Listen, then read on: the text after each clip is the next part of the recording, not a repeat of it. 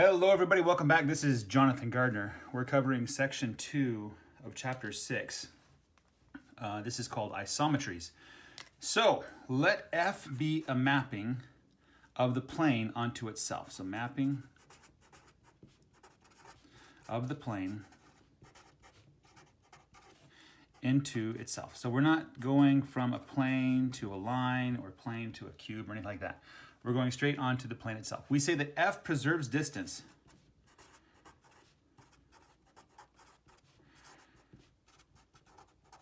or F is distance preserving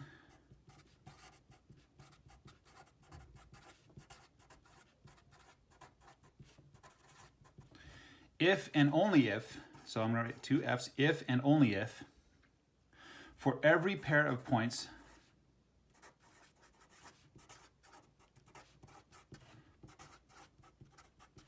P and Q, the distance between P and Q is equal to the distance between F of P and F applied to Q. So those two distances are equal if F preserves distance, or F is distance preserving. And so we say F is an isometry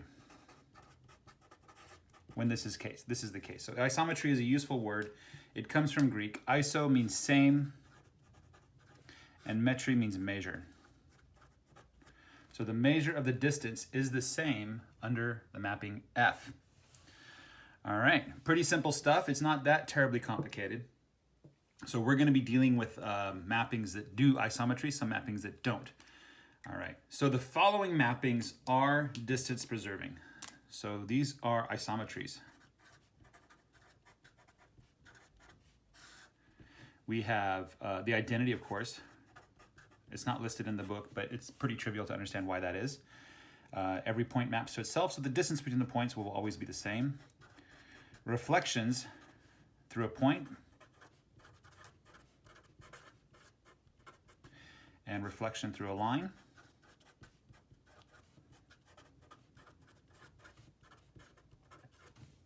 And we have rotation. And finally, we have translation. These are all distance-preserving isometries. This is not the complete set of all possible distance-preserving mappings or isometries. This is some examples of mappings that you already know about that are distance-preserving. In fact, we can compose these into new isometries, into new mappings that are also isometries. We'll talk more about that in the next section, section 3. And we're not going to prove that these are the case. We're just going to assume them, and we're going to talk about the implications of these guys. But when we get into, I believe, section 5, when we can start to numerically analyze geometry, we'll be able to prove these things using a little bit of algebra and a little bit of geometry. All right, so here is an interesting remark about isometries. We're going to learn interesting properties about isometries. We're going to use those properties to prove some things, and we're going to do some interesting things with it. This is basically the modus operandi, MO, of mathematics. So remark, so F is an isometry, let's say. Okay, so we have F that's an isometry. If P and Q are distinct points, that means the distance between them is not 0. If they're distinct, then F and P and F and Q are also distinct. Why is that? Because using the property dist1, if you recall, dist1 says that the distance between P and Q is not 0 when P is not Q. And the distance between P and Q is 0 when P and Q are the same points. Okay? So if we have a distance between P and Q, because they're distinct, they're not the same points, so the distance is not 0. So if F is an isometry, then the distance between the mapped points F and P, F of P and F of Q will also have a distance between them, and so they will not be distinct. Fairly simple observation. It's going to be useful. And we're going to do this again and again throughout this section. We're going to talk now about what happens when you map a set of points. And this is going to be important because we want to do things like mapping segments and circles and things like that. So let S be a set of points. So this could be just a random collection of distinct points, or it could be like a line segment, it could be a triangle, it could be the area inside of the triangle, any one of those kinds of things. That's a set of points. Okay, so the set of points of all points where you take each of those points and map them through F, okay, for all points P in S is called the image of S.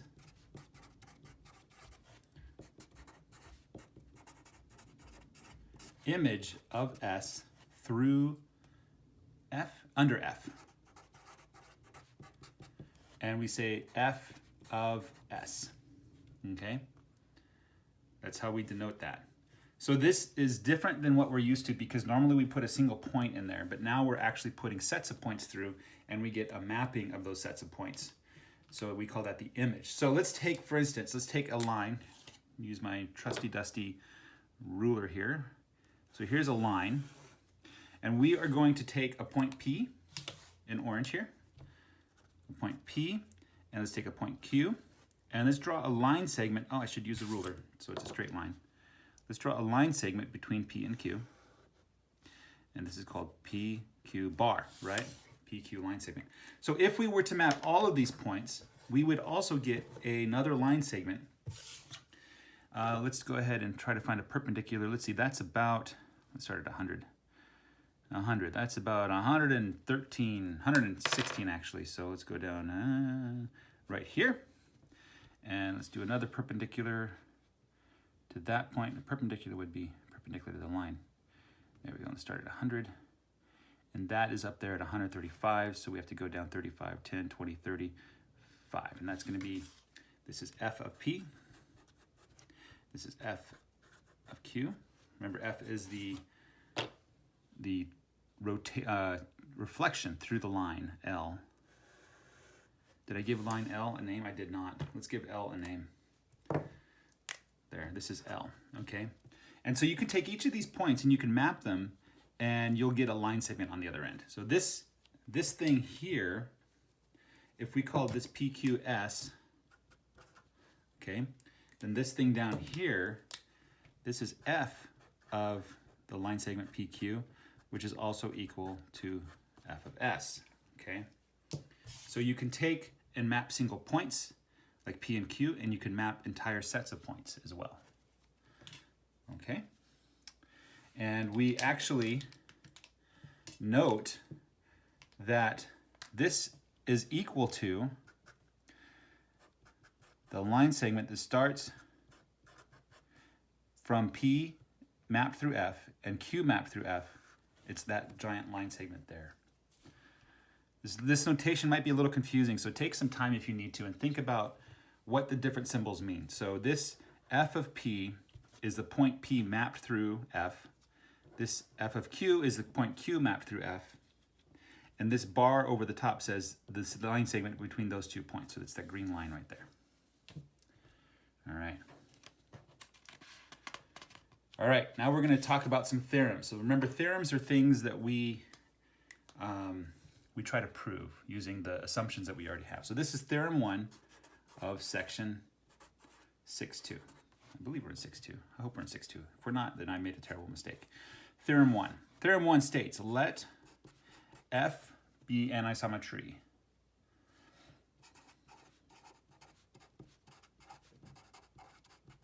We've already defined that isometry. That's a mapping from the plane into itself that preserves distance, right? The image of a line segment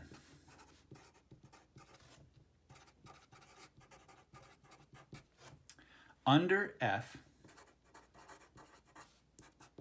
is a line segment.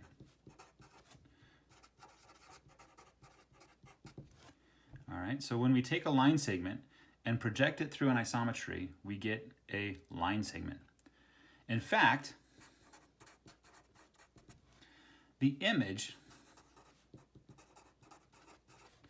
of the line segment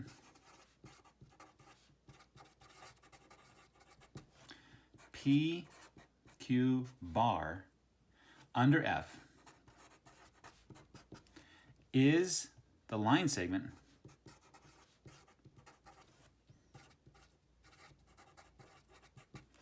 between F of P and F of Q. Oh, let's add an extra E there. F applied to P and F applied to Q. Okay, so that's the theorem. We're going to try to prove this now. And this proof is going to be a little different because we need to prove it not just for some points, but for every single point on that line segment. So we need to be able to walk through and find each point and then map them and show that they end up on the line segment that we described here. So in order to prove this, first we're going to do it for one point. We're going to do it for one point. Then second, we'll do it for all points. Okay, so pay attention here. This is going to go a little bit quick. This is on page 145 in the textbook. And there's a lot of text here, but it's kind of simple. The idea is simple.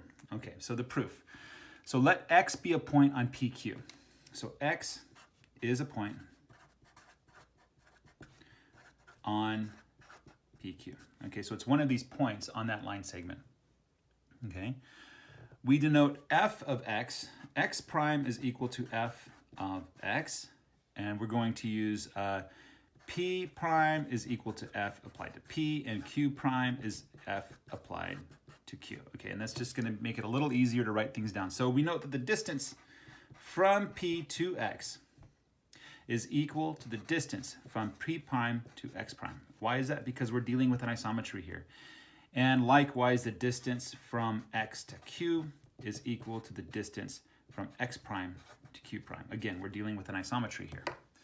Okay, using the theorem seg1, we know, is this on the map there? It is. Okay, so using seg1, if you go back and review that, seg1 talks about how if the distance, it says that the distance between P and Q is equal to the distance between P and X added to the distance from X to Q if X is on PQ. Okay, that'll PQ line segment. All right, so substituting things in, we get the distance from P prime to Q prime, which is the same as the distance from P to Q, is the same as the distance from P prime to X prime, plus the distance from X prime to Q prime. Okay, so that implies that X prime is on P prime Q prime segment. Okay, so this shows that if we take a single point X, so we say X is a single point, then because distance is preserved, did I write down? I think I missed one here. Also, the distance from P and Q is equal to the distance of P prime and Q prime, right? So all those distances are the same because it's an isometry. And so we use seg1 that said this, and so we were able to translate it to that. So X prime is also on P prime, Q prime. But this isn't enough. We need to prove this for every single point, okay? Now, to prove that every single point on this line segment, P prime, Q prime, can be expressed as an image under the F is, okay. So if we take X prime to be a point on P prime, Q prime at a distance R, so we take X prime is on P prime, Q prime at distance R from P prime, I mean, okay? Then that corresponds with the point X on PQ at the same distance R from P, okay? And so since R, there's not a lot of room here, push this up a little bit. Since 0 must be less than or equal to R, less than or equal to the distance between P and Q, which is equal to the distance from P prime to Q prime, then this proves that for every value of R, every real number that you can use for R between this range, then there is a point that corresponds with the point on P prime, Q prime, and vice versa. So that is a proof that will cover every single point. All right, now there's a remark here. We're already at 15 minutes, but I debated making this video into segments, but I think I'm just going to go and make a long video. So, all right, remark. He makes a remark here. He says, in this proof, we want to show that two sets of points are equal, and we have followed a standard pattern. Namely, we have proved that each one is part of the other, and this pattern will be repeated others. So this pattern, where we first prove it for a single point and then prove it for all points, where we take just any point in that segment or in that group of points, and then we extend the proof out for all possible points, right? Then that's the pattern that you generally follow with these kinds of proofs. So it's a nice little pattern to use. Corollary, an isometry preserves straight lines. So this is an interesting corollary. Okay, isometries preserve straight lines.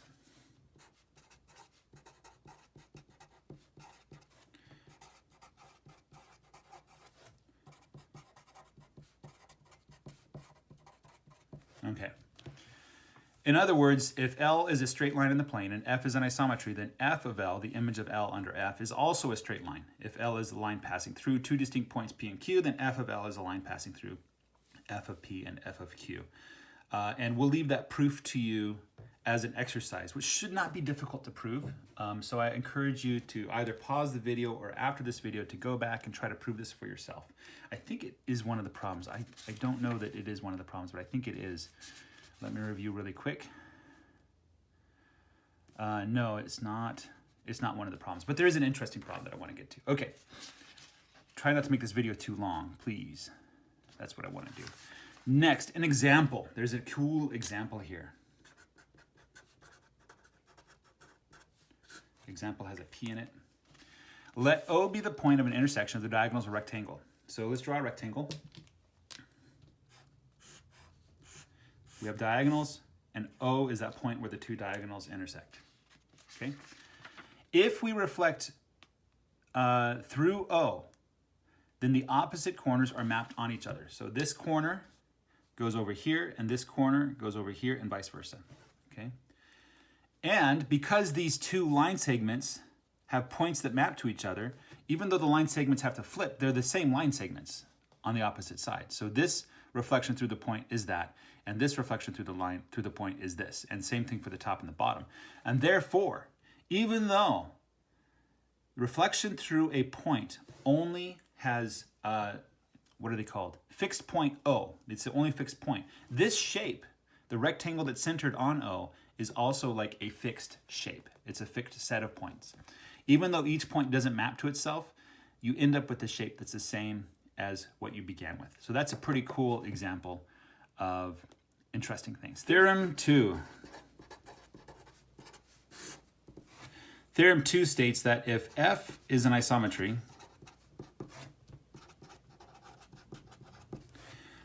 and P and Q are distinct points,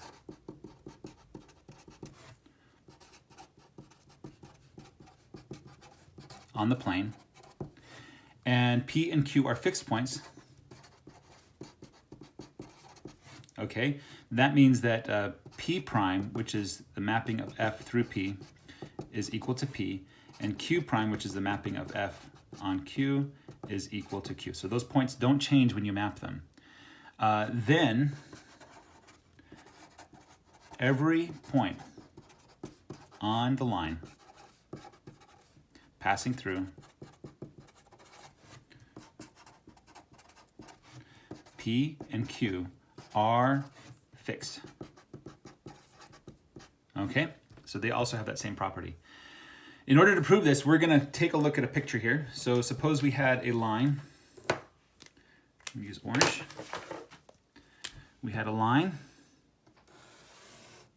and that's P, and that's Q. So we're going to consider three different cases, okay? Case 1 is the line, the point lies between these 2 points. Case 2 is the line sits beyond Q, and case 3 is the point sits beyond P, okay? So we're going to consider those three cases. All right, let's go through these rather quickly. They're not too difficult to understand once we understand what we're doing here. So the first case, so case 1. So M is on PQ, the line segment PQ, okay. So we note that the distance from P to Q is equal to the distance from P to M, adding the distance MQ. And this is from Seg 1. That's from the Seg 1 proof that we did way back when, in the last section, I believe. Maybe the section before, I don't remember. Anyway, so the distance from P prime to Q prime, which are the same points, is equal to the distance from P prime to M prime, plus the distance from M prime to Q prime, okay? But we note that this is the same, so this is the distance from P to Q is the same as P prime, Q prime, because those are fixed points. It's an isometry as well. But more importantly, the distance from P to M prime is the same because P and P prime are the same points, and the distance from M prime to Q is the same because Q and Q prime are the same, okay? So this has to equal that. The distance between these 2 points is the same, and the point lies on the line. Therefore, we must conclude that M prime is the same as M, okay? Why? Well, let's draw a little triangle here. Let's suppose that it weren't the case, right? So we have M over here and M prime, okay?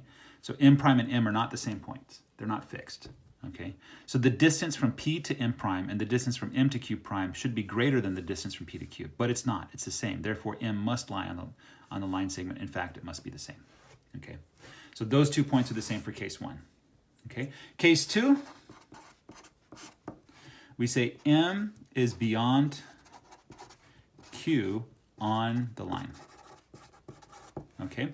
So in this case, we have basically this. We have P, we have Q, and we have M, and maybe M prime is out here somewhere. Maybe it's a different point, so we're gonna draw it like that, okay? So we note that the distance from P to M is equal to the distance from P to Q plus the distance from Q to M, okay? And applying isometries, so we get P to M prime is equal to the distance between P and Q, because P and Q and P prime and Q, P prime and P and Q prime and Q are the same points, and is the same as the distance from Q to M prime, okay? And because this is true, because these are isometries, then it must be true that M and M prime are the same. Okay, so these 2 points are actually the same because the distances add up. It's not the triangle inequality where this distance is greater than that. And case 3, we just say M is beyond P on the line. And we just follow the same proof before, except we substitute P and Q with each other. So it looks like this. We have Q, we have P, we have M prime. Same deal. It just works out to be the same. Okay, so that's a pretty simple proof to prove that distinct points, fixed points, if you have 2 fixed points, then every point along the line is also a fixed point. Pretty cool. All right, Theorem 3.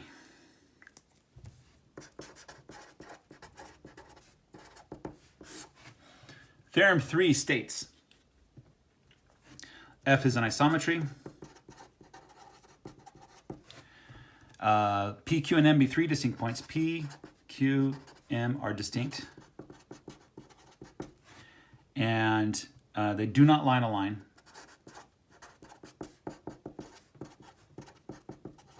This is popularly known as a triangle. Okay. And assume that P, Q, and M are fixed. Okay, so that just says that P prime is equal to the mapping of P through F, which is the same as that, and the same for Q prime is equal to Q, and M prime is equal to M. M, not M prime. Okay.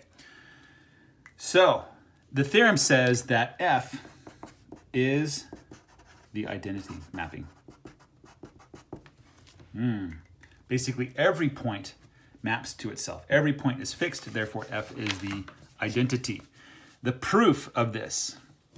So we draw 2 lines, LPQ and LQM. So let's draw LPQ. We use a different color. Let's not use black, it'll make things messy. Let's use a nice orange here, LPQ. This is LPQ. And we're going to have LQM.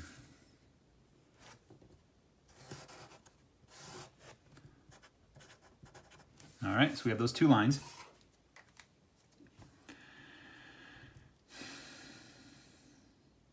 X is a point.